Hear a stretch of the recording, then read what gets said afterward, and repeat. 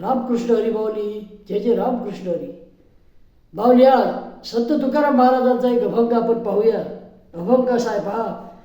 नका घालू दूध जवयामध्ये सार, ताकाचे उपकार तरी करा. नेदा तरी हे हो नका देऊ अन्न, फुकाचे जीवन तरी पाजा. तुका म्हणे मज सगुणाची चाड, पूर्वा कोणी कोड दुर्बळाचे.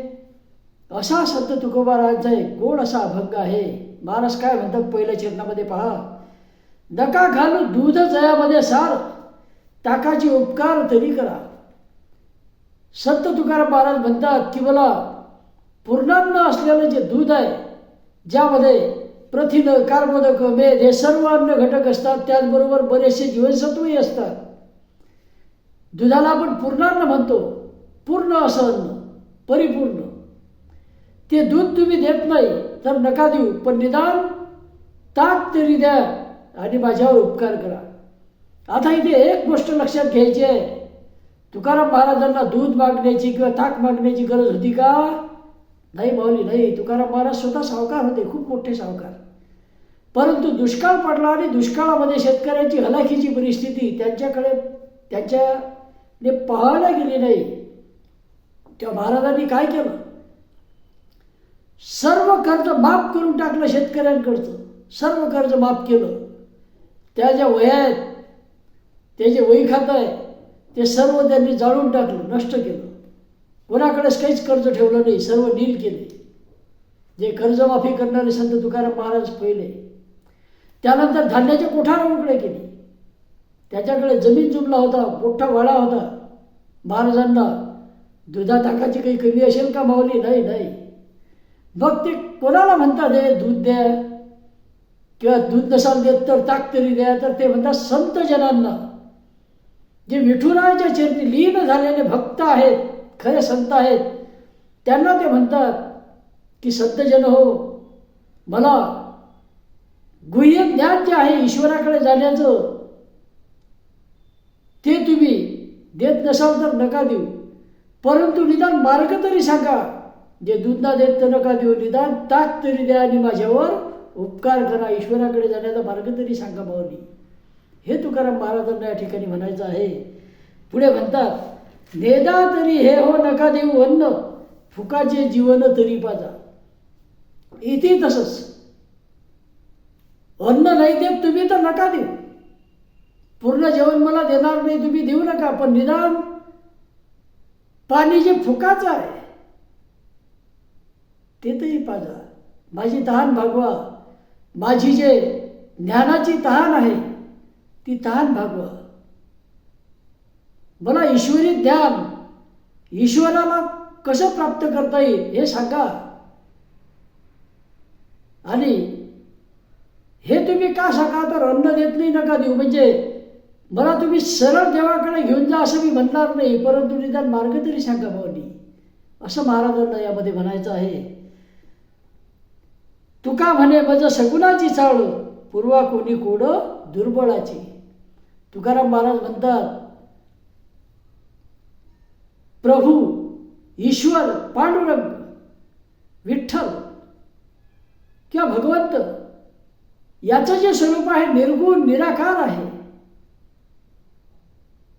निर्गुण निराकार भगवंताचं रूप आहे. हे निर्गुण निराकार रूप तुम्ही मला नाही दाखवू शकत किंवा मला तिकडे जाण्याचा मार्ग तुम्ही नाही सांगू शकत, तर निदान मला सगुण रूपाची चाळ आहे, म्हणजे सगुण रूपाची आवड आहे, मला सगुण भक्ती करू द्या. विठ्ठलाचं जे रूप आहे ते रूप मला दाखवा.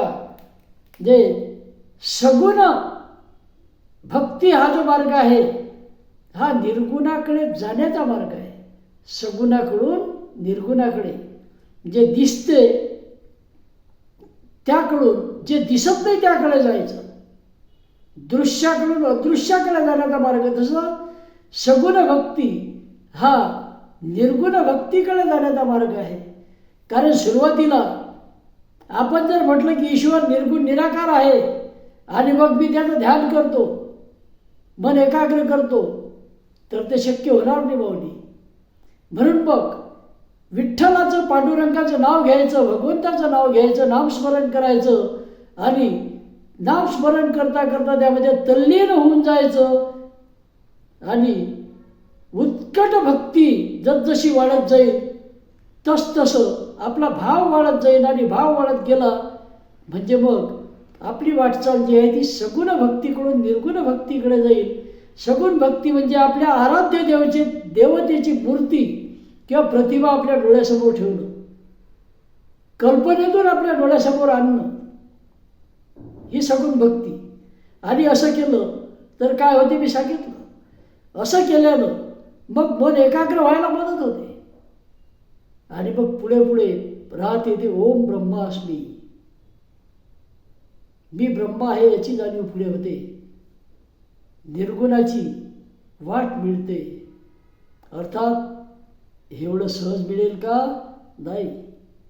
परंतु सगुणाकडून निर्गुणाकडे मात्र आपण हळूहळू जाऊ शकतो हे महाराजांना म्हणायचं आहे. या ठिकाणी तुका म्हणे मज सगुणाची चाळ, मला आवड कशाची आहे, मला सध्या गरज कशाची आहे, तर सगुण भक्तीची गरज आहे.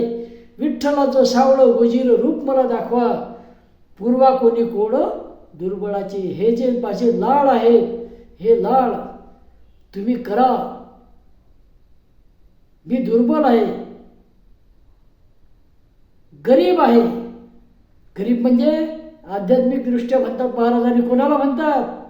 सत्यजनांना म्हणतात. इथे नम्र भाव महाराजांचा दिसून येतो. नम्र भाव, नम्रता.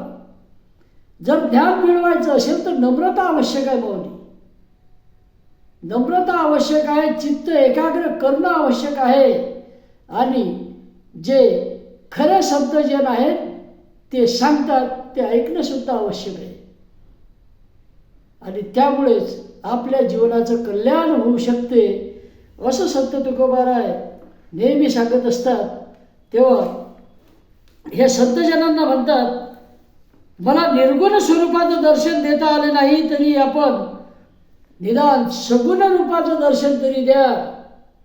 संतजन हो अशी विनवणी, आर्त हाक, आर्त विनवणी संत तुकाराम महाराज संतांना करतात, संतजनांना करतात. त्या असा हा अतिशय गोड असा अभंग आहे माऊली. तेव्हा परत एकदा अभंग पाहूया. नका घालू दूध जयामध्ये सार, ताकाचे उपकार तरी करा, नेदा तरी हे हो नका देऊ अन्न, फुकाचे जीवन तरी पाजा. तुका म्हणे वज सगुणाची चाड, पूर्वा कोणी कोड दुर्बळाचे. तुका म्हणे वज सगुणाची चाड, पूर्वा कोणी कोड दुर्बळाचे. तर रामकृष्ण हरी माऊली. जय जय रामकृष्ण हरी. जय जय